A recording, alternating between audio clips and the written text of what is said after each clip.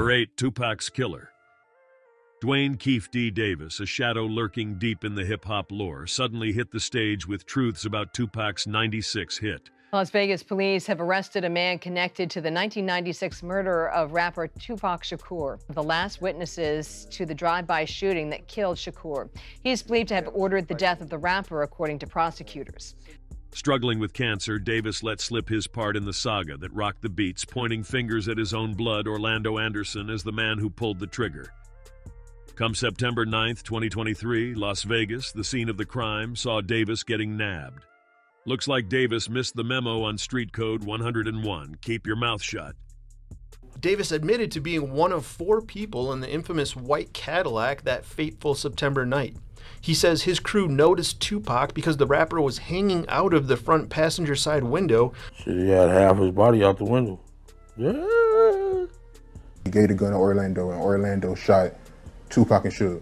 Yeah, he did his thing, yeah. The other 3 men in that car with Davis are now all deceased. Davis would have ever been arrested if he hadn't opened his mouth. Dude went full confessional, snitching on himself, forgetting that in the streets, silence ain't just golden, it's survival. Robert! Oh, calm down, Robert! Put it down! Drop it, Robert! Taser! And I said, let's do it. I smoked something. He said, no, he wasn't doing it. And I went in there for spite. Because he wasn't going to smoke with me tonight. Number 7, the accidental butt dialer. Next on deck, we got a tale about Scott Simon, a brother seriously needing a crash course in smartphone 101. In this wild world where butt dials drop you in hot water, Simon went full blockbuster, butt dialing 911 while laying out his grand scheme to track down and off Nicholas Raimondo Walker, a 33-year-old cat just trying to make it home. Picture this. Simon's on the line, unknowingly broadcasting his plan to the law, talking about tailing Walker and putting an end to his story. Chilling stuff, right? And just minutes after that call got made, Walker's catching bullets while merging onto the highway. Now, word on the street and from the boys in blue is Simon wasn't the one pulling the trigger. Nah, he was the mastermind, plotting this dark deed over some beef at a Waffle House. Unknown to Simon, his phone had dialed the emergency line, letting the dispatcher on the other end hear everything. Walker was dead when police found the burning car minutes later. Investigators are looking for the driver of the black Buick, which was captured on the restaurant's security camera. Walker left behind a world of hurt, man. His lady, Melissa Hibbard, and his kids, 2 teens and an 11-year-old son, are feeling that pain. One day you're here, next day you're gone, Melissa said, and finding out how he got took out, that's the kind of hurt that sticks with you. You can see it right there, the suspect trying to get into somebody's property or still trying to hide. Oh, come on, guys, he's right there. The officer's running right by him. They're going right by him. Keep coming around. That suspect, unbelievable. We're watching this live information. There you go. There you go. And they haven't seen him yet. This is unbelievable. Number 6, the tattooed confession. If life's the canvas, then Anthony Garcia's chest is straight up snitching, wearing his sins like a badge of dishonor. I've seen the blueprints. Better than that. Got him on me. Am I supposed to be seeing something here? Picture this. Garcia, in a move bold as brass, decides to ink his crime life on his skin, not tucked away in some diary under lock and key, but sprawled out over his chest for the world to see. This ain't no kid's scribble. It's the whole damn crime scene tagged with his crew's name and even got a cartoony sketch of the mark he hit. The detectives, scratching their heads for a clue, catch a break staring right at them from Garcia's front side. A tell-all so loud you'd think the man wanted to wrap his regrets around him like a cloak. It is required to determine the propriety of a death sentence by conducting proportionality. Such sentence determined 1, 2, 3, 4, 5, 6, 7, and 8.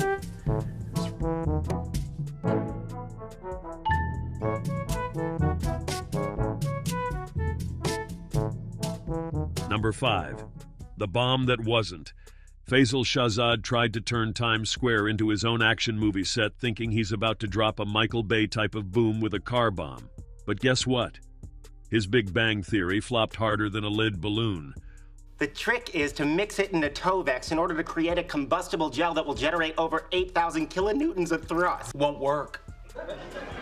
Excuse me. You might be an expert on theoretical physics and science fiction programs and where to sit on a freaking couch, but this is applied physics. All thanks to him flunking out on the basics of chemistry and fireworks 101. And here's the punchline that'll have you rolling. My man Shahzad leaves his crib and whip keys in the wannabe blockbuster bomb, basically deadbolting his way into a cell and autographing his spot on the most wanted list. Catching him? That wasn't no high-stakes CSI drama. It was more like a public service announcement on why you can't be ditching school when they teaching about molecules and combustion. To release these photos of the timers that were in the Nissan and might have been used to try to trigger the explosion. But the crude device, while it sparked and popped and caused smoke, it did not explode. Number 4, hide-and-seek kingpin. So Joseph Meacham thought regular drunk driving was too mainstream and decided to spice things up by playing a high-stakes game of hide-and-seek with the boys in blue. His genius hideout? Straight into the Lion's Den, the St. Louis Police Headquarters.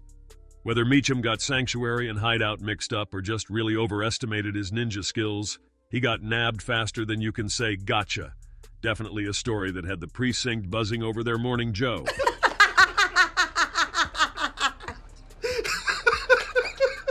Number 3, the Taliban fail. Let's dive deeper into the saga of Mohammed Ashan, the cat who turned the game on its head with a move so bold it had folks scratching their domes in disbelief. See, Ashan, a Taliban commander with more guts than sense, spotted his own face plastered on a wanted poster.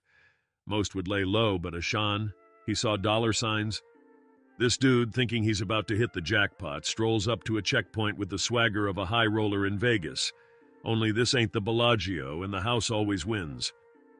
Ashan hands himself over like he's returning a lost wallet, expecting a pat on the back and a fat reward. Here I am, now where's my money, he probably thought. Just give me my money. The soldiers at the checkpoint couldn't believe their luck. It's like Christmas came early, only Santa's wearing a turban and packing more than just a sack of toys. Ashan's grand plan? To cash in on the bounty on his own head. But here's the kicker. The bounty wasn't a finder's fee, it was a capture fee. Instead of walking away with a stack of cash, Ashan got a one-way ticket to the slammer. The tale of Ashan ain't just a blip in the criminal chronicles. It's a full-blown comedy show, minus the laugh track. It's a stark reminder that even in the shadows of the underworld, some lights are just too dim. Police raided his home for allegedly growing a cannabis farm inside. That is when he jumped up to his hiding spot. You don't think they have choppers, my man? They were gonna see you. Number 2, when bad guys go bonkers. Now, let's break it down on how sometimes the bad guys just flip the script and go full-on bananas, turning the crime world into a straight-up circus show. Picture this. You got cats out there thinking they're slick, playing the game like it's all high stakes and shadows. But every once in a while, one of these clowns forgets the playbook and turns their grand heist into a stand-up comedy act. Las 4:03 Nos hemos desvelado. a la cama. Los tres a la cama. Cada una la suya. Imagine you're planning the score of the century, right? But instead of smooth moves and sharp exits, these jokers end up making headlines for all the wrong reasons. It's like they're trying to outdumb each other, turning from feared outlaws into the punchlines of the block. ¿Quién quiere un divertidísimo conejo loco? From butt-dialing the cops mid-plot to leaving a trail of breadcrumbs straight to their hideout. It's a wonder they don't come with their own laugh track. This ain't just about a slip-up or a bad day, it's a full-on dive into the deep end of the dumb pool. And the real kicker? They probably thought they were being clever, like, hey, let me just incriminate myself real quick, no one will notice. But surprise, surprise, the only thing they're stealing is the spotlight in the evening news blooper reel. So when these crime world clowns hit the stage, it ain't just a lesson on what not to do. It's a whole masterclass in comedy. When you in cuffs, what I do? We about to find out. Every 2-8, I'm under control. I have 40 flanks. No! Put your hand! Please. No! I never been in that predicament before, so I'm just, please, I didn't know, sir. Step back, man. They're not just breaking the law. They're breaking the mold on how to spectacularly fail with flair.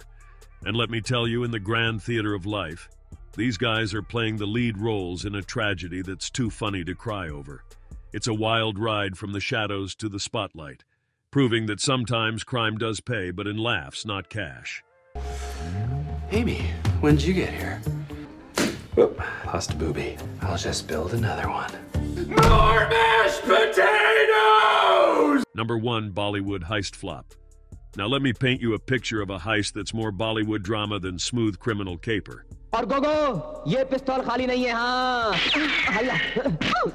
अबे, किटकी, ठक, ठा। Picture our main man in India thinking he's slicker than a monsoon puddle, getting his hands on a credit card. But not just any card. This plastic's got star power, belonging to one of Bollywood's finest. Our guy, probably dreaming of living large, decides to flex with some extravagant buys. What are you doing? What are you doing? No! No! No! No! Here comes the twist, straight out of a Bollywood script. He strolls up to the cashier, ready to play the high roller, but gets caught faster than you can say, cut. Why? Because the name on the card reads like the marquee of a blockbuster hit, and our thief ain't no leading man. The cashier, doing a double take that would make any director proud, smells the rat. Instead of rolling out the red carpet, they roll in the cops. Just imagine the scene. Lights, camera, action, and our guys caught in the spotlight, but not for the premiere he hoped for. It's a comedy of errors where our wannabe crook plays both the thief and the fool, starring in a real-life caper that flops harder than a bad sequel.